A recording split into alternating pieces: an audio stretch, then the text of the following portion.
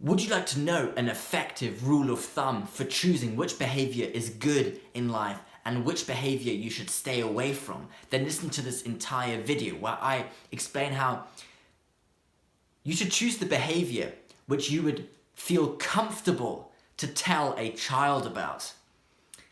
I'll explain that in a second.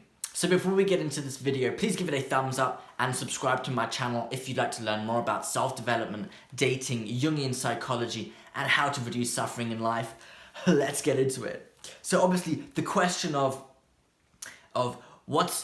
how do you choose or make decisions in life? Which behavior is good and which behavior is bad? These questions have occupied humanity for eternity, as long as we've existed, essentially. It's the questions that religion, philosophers, and now self-help gurus attempt to answer.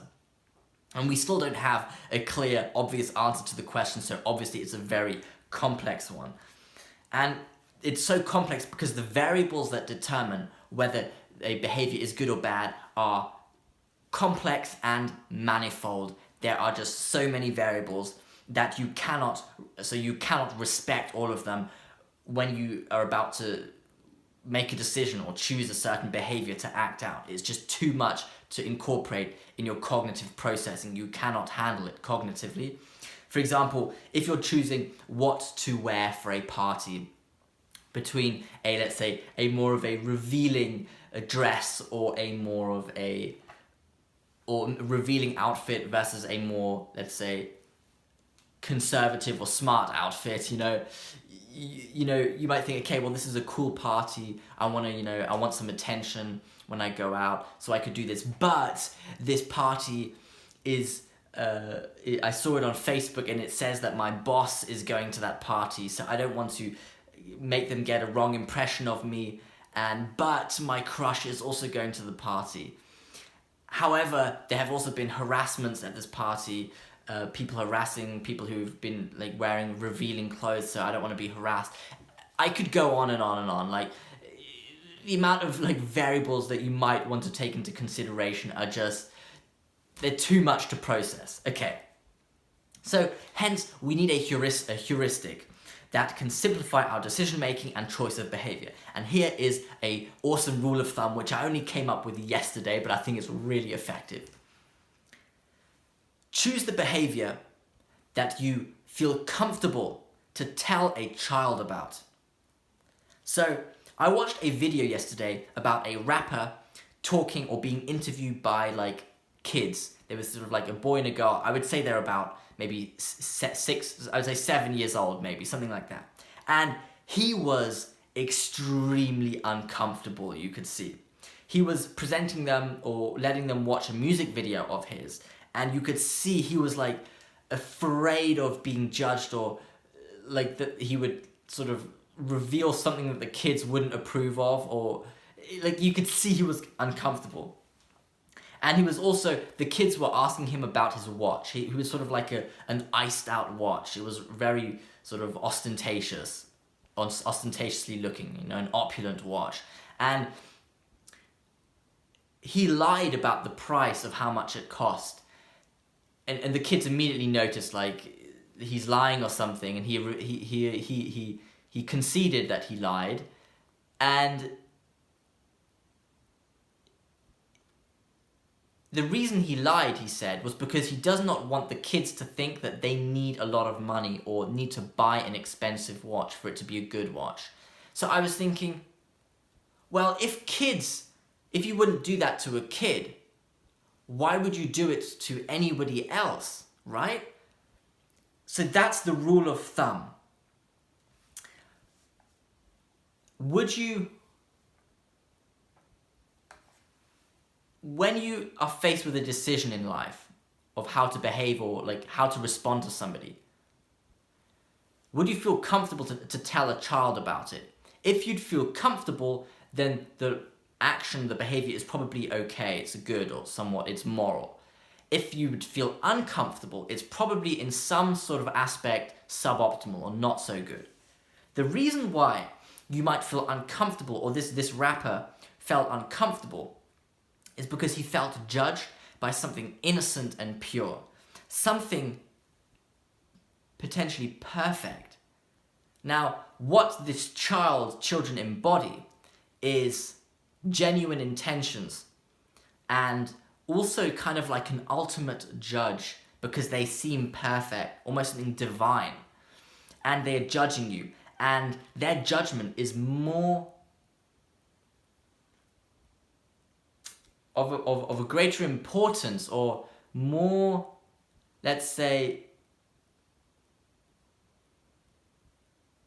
more lacerating than the judgment of an adult, because the children embodies something. They have the credibility to judge because they are themselves kind of innocent and perfect and pure in some sense. And that's why when they judge, you feel like their judgment is credible, and they're qualified to judge because they themselves they are themselves perfect in a sense like that.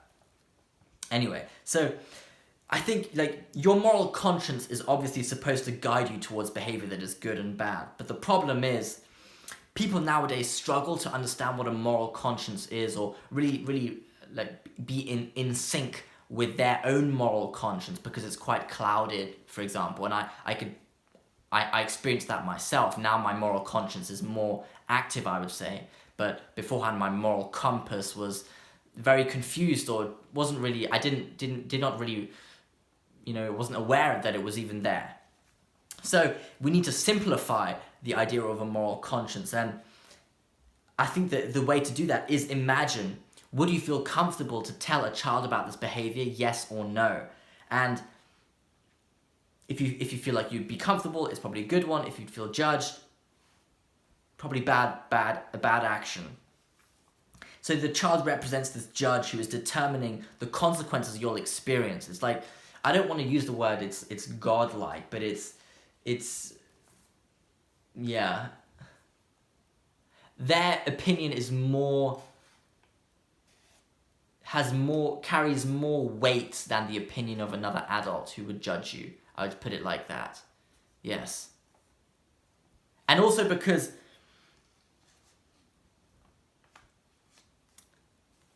the child is innocent, and it's also an embodiment of the inner child that rests within you. So it's not like the child is judging you, but what you are judging yourself as, and what you, like, if the child asks you, like, why did you do that? Wasn't that bad? That's what your inner child, your moral conscience, is trying to tell you. It's a projection. You project the inner child onto another child, and then it tries to tell you something in return, something like that. Yeah. So, in conclusion, when you're choosing what behavior to act out or what decisions to make in life, it's good to imagine, as a rule of thumb, would you feel comfortable to tell this child, like a 7-year-old child, about this behavior, or uncomfortable, and act accordingly on that, on how you'd feel about that, because that child embodies this innocent, perfect judge, kind of, who seems to have the credibility for judging you because they themselves are innocent and have not committed anything bad, like, kind of, something like that. And the child embodies your inner child. So the child you're talking to is like it's kind of an externalization. You externalize the thing that's within you onto this child, and then it speaks to you. You project it onto the child, and that's kind of like a representation of your moral conscience. So please leave a comment below what you think about my rule of thumb, whether you think it might be difficult to actually imagine whether you'd feel comfortable or uncomfortable talking to a child about something, or whether it's actually quite a simple psychological test or practice that you could implement yourself. So I hope you enjoyed this video. Please give it a thumbs up and subscribe to my channel if you'd like to learn more about self-development, dating, Jungian psychology, and how to reduce suffering in life.